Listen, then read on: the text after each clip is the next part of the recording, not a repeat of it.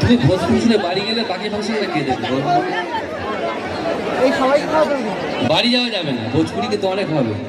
আমি আছি, আমার পরে একজন সিঙ্গার আছে, দুজন আর্টিস্ট রয়েছে। প্রমিস? ওকে চলো, এই গানটার মধ্যে ভোজপুরি গাইছি, অনেকগুলো গান বেশি। হ্যাঁ চলো,